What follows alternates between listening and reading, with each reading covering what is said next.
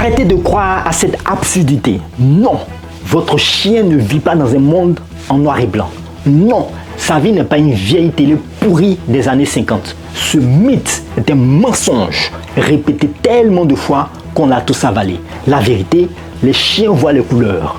Pas comme nous, mais assez pour distinguer, reconnaître, comprendre leur univers avec une richesse qu'on leur a toujours volée en les réduisant à des aveugles du spectre. Alors pourquoi continuer à rabaisser nos animaux avec une idée aussi absurde? Peut-être parce que ça nous dérange de les voir comme inférieurs. Aujourd'hui, on démonte ce mensonge et vous n'allez plus jamais regarder votre chien de la même façon.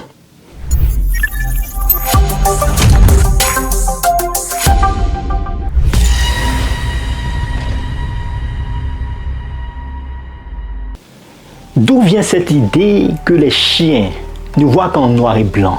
C'est une rumeur qui a des racines historiques dans la science du 19e siècle. À cette époque, la recherche sur la vision animale en était à ses débuts. Des scientifiques pensaient que la vision des couleurs était un trait unique et sophistiquement développé chez les primates et chez les humains. On pensait que si un animal était actif la nuit, il n'avait pas besoin de voir les couleurs, puisque la lumière du jour est nécessaire pour distinguer les couleurs. L'idée est devenue un fait scientifique lorsque le biologiste américain Willard Fiske a écrit en 1937 que la vision des couleurs n'est pas nécessaire pour les chiens, qui sont actifs à la fois le jour et la nuit. Cette conclusion, qui était une simple spéculation, a été prise et simplifiée. Mais c'est au XXe siècle que le mythe est devenu viral, bien avant l'existence d'Internet. Les dresseurs de chiens ont commencé à répéter cette idée et elle a été popularisée par le célèbre dresseur de chiens Konrad Most dans son livre Formation et dressage du chien en 1910. L'idée est passée des livres spécialisés à la culture populaire sans jamais être remise en question.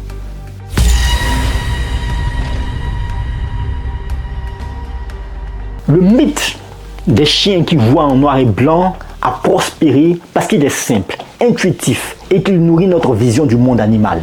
D'abord, la simplification. L'anatomie de l'œil est complexe. Dit qu'un animal voir en noir et blanc est un raccourci tellement facile à comprendre qu'il est difficile de ne pas l'accepter. Il suffit de dire, les chiens n'ont pas les mêmes cônes que nous. Et l'idée est ancrée.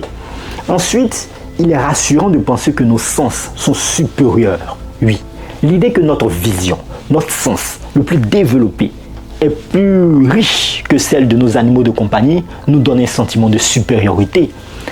Nous sommes l'espèce qui a la vision de couleur, ce qui nous distingue. Enfin, il est profondément ancré dans notre culture populaire. Des films, des dessins animés ont même souvent représenté le monde du chien en noir et blanc pour des effets comiques ou dramatiques. Cette répétition constante a rendu l'idée tellement familière qu'elle est devenue une vérité.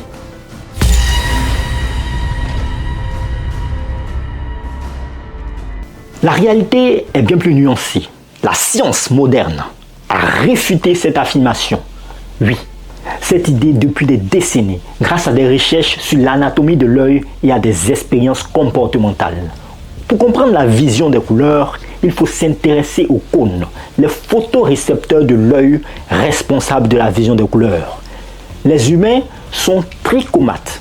Ça veut dire que nous avons 3 types de cônes, sensibles au rouge, au vert et au bleu. C'est ce qui nous permet de voir des millions de teintes. Les chiens, eux, sont des dichromates. Ils ont 2 types de cônes. Un sensible au bleu, un autre sensible au jaune-vert. Cela signifie qu'ils ne voient pas les couleurs comme nous, mais ils voient des couleurs, bien évidemment, mais pas comme nous. Ils ne distinguent pas le rouge du vert, ils voient des nuances de couleurs comme du gris ou du brun.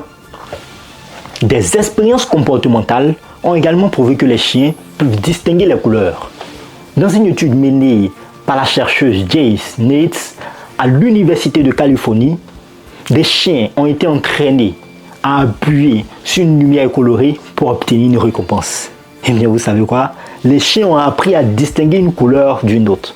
Ils ont même été capables de faire la différence entre une lumière de couleur et une lumière grise, ce qui est une preuve irréfutable qu'ils voient plus que les nuances de noir et blanc. La réalité est que la vision des chiens est adaptée à ses besoins. Leur vision est optimisée pour voir dans des conditions de faible luminosité et pour détecter des mouvements, ce qui est parfait pour la chasse.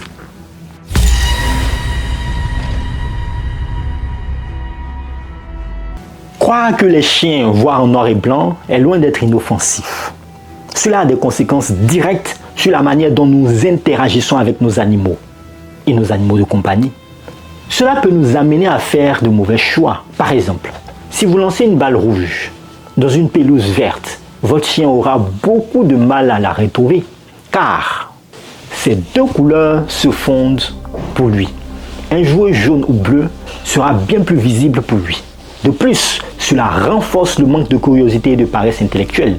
C'est une vérité si facile à accepter qu'on ne cherche plus à savoir si elle est vraie ou pas.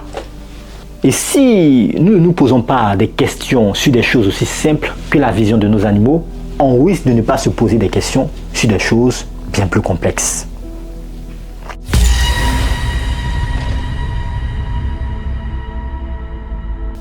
Alors, qu'est-ce que nous pouvons tirer de ce mythe? La nuance, c'est que la vision n'est pas juste un on ou off. Non, c'est un spectre. Les chiens ne sont pas monochromes, mais leur monde chromatique est différent du nôtre. Il est fascinant de penser que les chiens voient en bleu ou en jaune. Ils voient la couleur du ciel, mais pas celle de la plupart des fleurs. Ils voient la couleur du soleil, mais pas la couleur du sang. C'est une vision du monde qui n'est ni meilleure ni pire que la nôtre, juste différente et parfaitement adaptée à leur existence.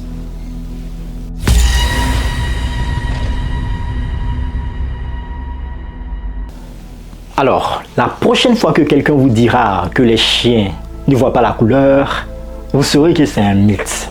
Une idée qui est le fruit d'une erreur et qui a été transmise de génération en génération. La vérité, c'est que le monde de votre chien est un peu plus coloré que vous ne l'imaginiez. Et la vraie leçon, c'est qu'il est toujours plus intéressant d'apprendre que de se contenter de ce que l'on pense déjà savoir. Merci de nous avoir suivis. J'espère que vous avez aimé cet épisode. Portez-vous bien. Faites le plein de savoir. N'arrêtez jamais d'apprendre. C'est ce que vous fait grandir.